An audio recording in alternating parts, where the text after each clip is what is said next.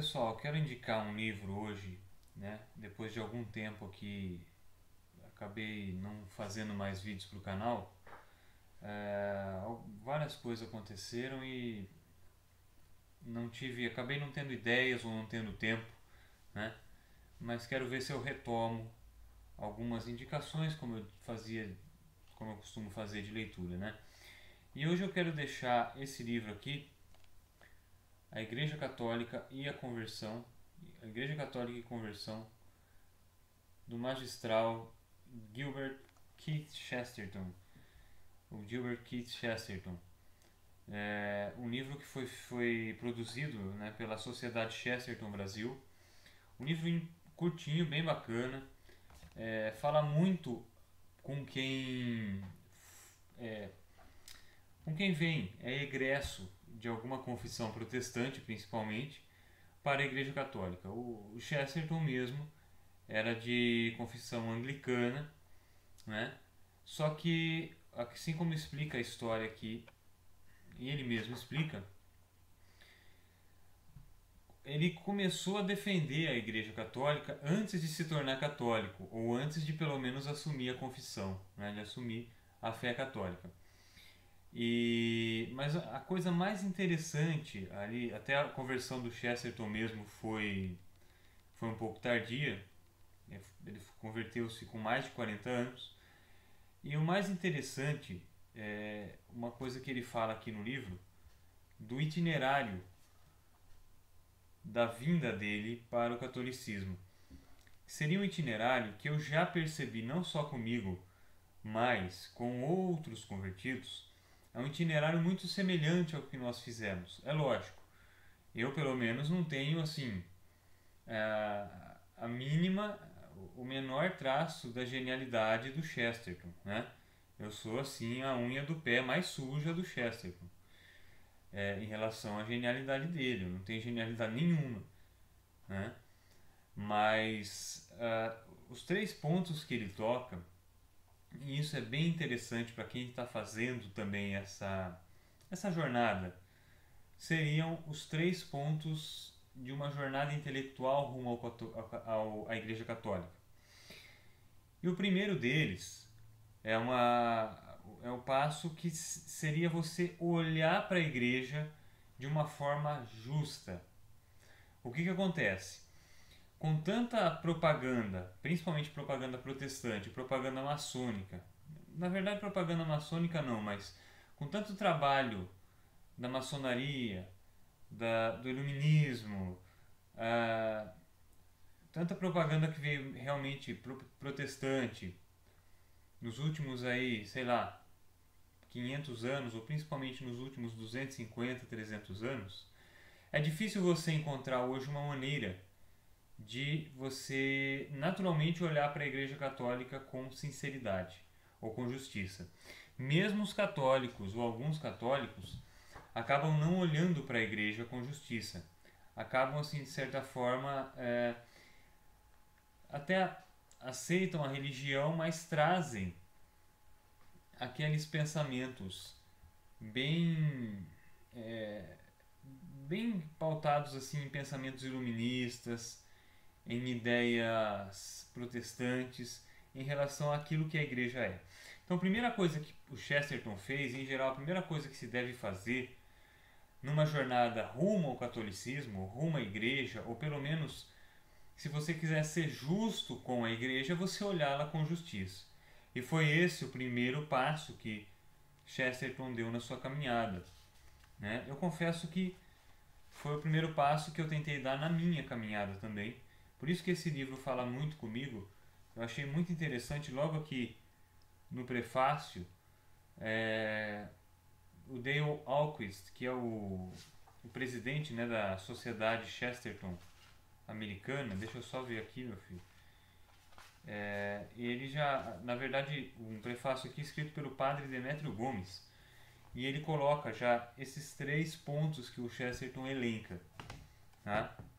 O segundo ponto, o segundo estágio da conversão, como ele chama, seria assim: você olhou com justiça a igreja, agora você descobre a igreja. Agora você descobre toda a riqueza que a igreja tem, né? a igreja tem muitas coisas escondidas, muitas falsidades, maus papas, sim, tem tudo isso. Tivemos maus papas, infelizmente maus sacerdotes, maus católicos, porém, a riqueza que a Igreja Católica possui e a riqueza dos céus, vinda à Terra pela encarnação do Cristo, é muito maior do que tudo isso. E se a pessoa começa a olhar de forma justa, ela entende que em determinado momento, essa justiça que ela concedeu à Igreja, a Igreja responde, digamos assim, mostrando tudo aquilo que ela tem de belo, né? A vida dos seus santos, a riqueza do seu ensino, a riqueza da sua moralidade, a riqueza da sua teologia, a riqueza do seu simbolismo, que é algo que infelizmente até quase não se conhece mais ou não se fala mais sobre simbolismo, né? E tudo isso a Igreja Católica tem, e ela tem de forma muito rica, né? E o terceiro estágio que ele coloca aqui, como Chesterton chama aí de o mais terrível, é que você descobriu as riquezas da Igreja Católica. Agora você tem medo que a Igreja Católica descubra você. E ela vai descobrir você quando você percebe que tudo vai te impulsionar agora para ela. É como se ela te chamasse. É como se ela não fizesse o esforço de te chamar, né? Olhando para a minha vida, eu percebo que muito desses 3 estágios que o Chesterton fala, eles aconteceram na minha vida em maior ou menor grau, né? Eu procurei olhar com justiça, sendo um protestante, eu procurei olhar com justiça aquilo que era o ensinamento da igreja, o que a igreja tinha para me falar, né? Procurei nos pais da igreja, que eram as testemunhas mais próximas dos apóstolos, e essas testemunhas diziam aquilo que a igreja ensina até hoje, em maior ou menor grau, com maior ou menor desenvolvimento, né? E depois, aí você já está no passo seguinte, praticamente esses 2 passos mesclados, que você já está descobrindo a riqueza da igreja. E esse descobrir a igreja vai te levar inevitavelmente para o último passo. Ou você vai aceitar aquilo e vai renegar, ou vai renegar, né? Eu preferi aceitar porque eu percebo que é a voz do Cristo falando através da igreja, né? Outras 2 coisas interessantes que ele fala nesse livro, até ele tem um dos capítulos onde ele trata sobre o nacionalismo, né?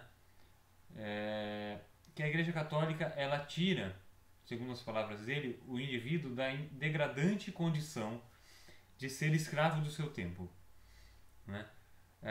Um verdadeiro católico, ele não fica refém das modas, ele não fica refém das correntes teóricas dos tempos, né?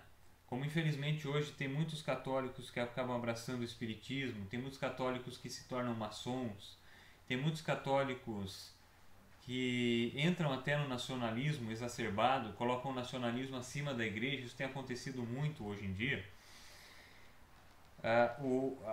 A igreja ela ensina e ela leva o indivíduo a se colocar acima do seu tempo, no tempo que é revelado principalmente na Santíssima Eucaristia, né? Aquele tempo, digamos assim, que está acima do tempo, entre o tempo e a eternidade. É nesse tempo que o católico deveria se colocar e não se sujeitar às modas. E as modas passam e a igreja, Cristo permanece, né? E uma outra coisa que ele fala, muito interessante também, é a questão aqui de a igreja ser sempre parecida com uma nova religião, né? Isso tem a ver também com as modas, porque nas modas e as religiões da moda, elas sempre pegam algum traço exagerado para um lado ou para o outro daquilo que nós estamos vivendo no momento, né? E a igreja ela sempre permanece nova em seus ensinos, apesar de ser uma instituição de mais de 2 milênios. Então ela acaba, muitas vezes, ele até faz um quadro interessante naquela época na Inglaterra, do filho católico chocando o pai protestante por se tornar católico. E isso acontece muitas vezes Até hoje, isso tem acontecido até hoje. Em muitos casos, muitas pessoas acabam virando católicas, na verdade, de verdade, por causa da novidade, do seu frescor, né?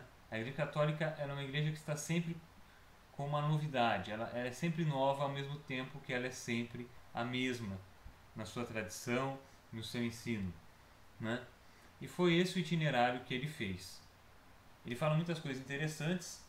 Para não incumpridar mais o vídeo, eu vou terminar aqui. Eu recomendo que você, podendo, compre, é um livro barato. Aqueles que estão passando por um processo de dúvida no protestantismo ou caminhando para a Igreja Católica, comprem esse livro, adquiram, leiam, é bem interessante. E assim, para completar, digamos assim, tudo, ler Chesterton é maravilhoso, né? Como diz o professor Olavo de Carvalho, ler Chesterton é um dos grandes prazeres da vida. E realmente é. A escrita dele é muito boa, é muito graciosa, é divertida em alguns momentos e ela é profunda, né? De uma maneira que às vezes a gente não consegue explicar direito. Tá certo? Eu deixo essa recomendação aqui hoje e agradeço a todos aqueles que tiveram a paciência de me assistir até agora. Um abraço.